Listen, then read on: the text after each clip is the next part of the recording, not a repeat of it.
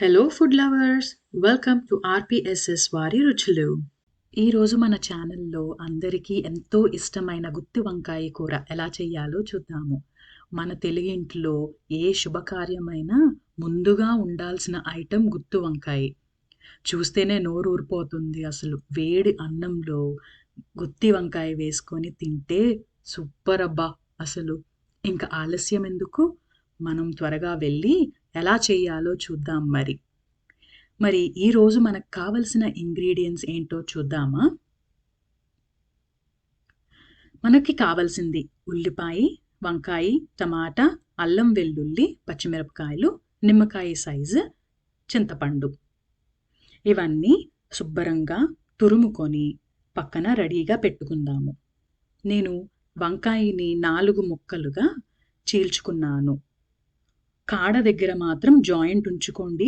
గుత్తి వంకాయ తినడానికి చాలా బాగుంటుంది అలా చేస్తే. అలాగే ఉల్లిపాయ, టమాటా, అల్లం వెల్లుల్లి కూడా కోసి రెడీగా ఉంచుకున్నాను. వీటి అన్నిటినీ మనం గ్రైండర్లో వేసి మెత్తని పేస్ట్గా చేసుకుందాము. మనం ముందుగా అల్లం వెల్లుల్లి పేస్ట్ చేసుకొని ఉంటే గనక దానిని వాడచ్చు మీరు కూరలో.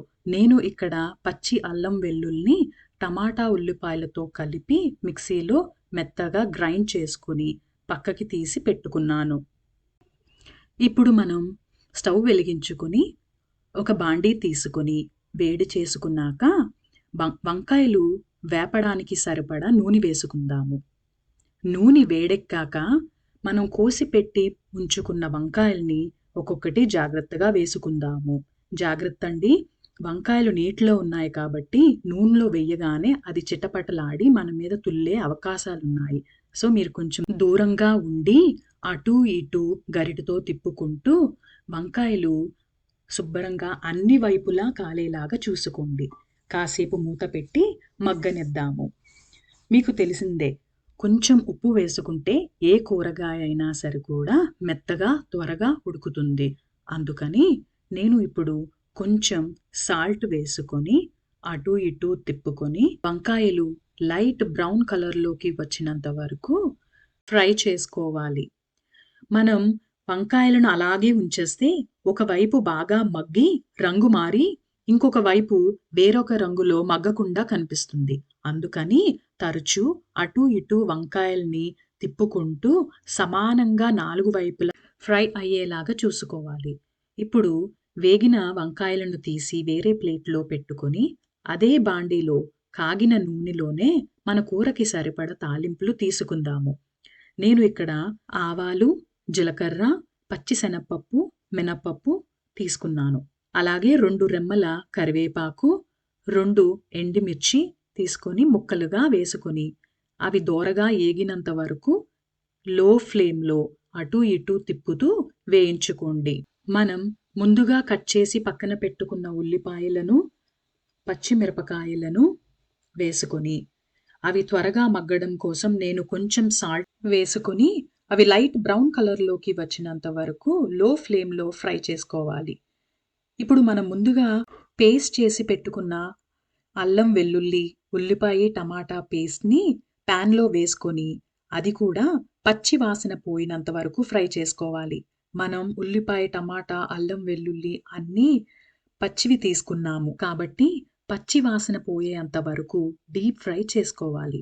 అందులోనే ఒక 1/2 టీ స్పూన్ పసుపు వేసుకొని 5 నుంచి 7 నిమిషాల వరకు లో ఫ్లేమ్లో మసాలాని ఫ్రై చేసుకుందాము.